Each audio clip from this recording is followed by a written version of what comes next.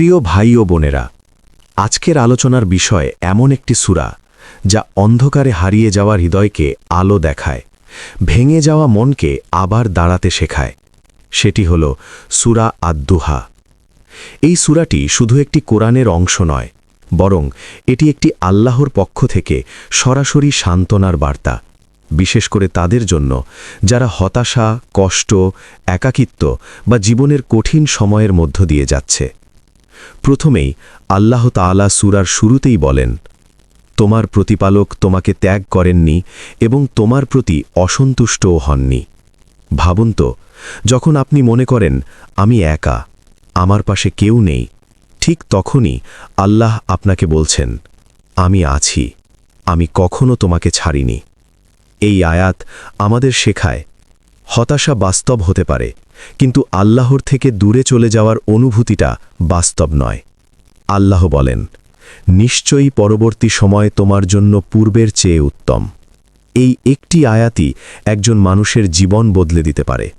আপনি আজ যে কষ্টে আছেন, আপনি আজ যে সমস্যার মধ্যে আছেন, এটা শেষ নয়, সামনে ভালো সময় আসবেই। ইসলামে হতাশার কোনো জায়গা নেই, কারণ একজন মুমিন জানে প্রতিটি রাতের পরেই সকাল আসে। আল্লাহ স্মরণ করিয়ে দেন, তিনি কি তোমাকে এতিম অবস্থায় পাননি, তারপর আশ্রয় দিয়েছেন? তিনি কি তোমাকে পথ হারা পাননি, তারপর পথ দেখিয়েছেন? অর্থাৎ আপনার অতীতের দিকে তাকান, আপনি কতবার ভেঙে পড়েছিলেন কিন্তু আবার উঠে দাঁড়িয়েছেন।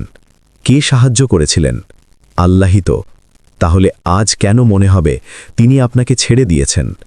সূরার শেষাংশে আল্লাহ বলেন, অতএব এতিমকে কষ্ট দিও না, ভিক্ষুককে ধমক দিও না, আর তোমার রবের নেয়ামত বর্ণনা করো। এর মাধ্যমে আমরা শিখি, নিজের কষ্ট ভুলে অন্যকে সাহায্য করো, মানুষের প্রতি সহানুভূতিশীল হও, আল্লাহর নেয়ামত স্মরণ করো।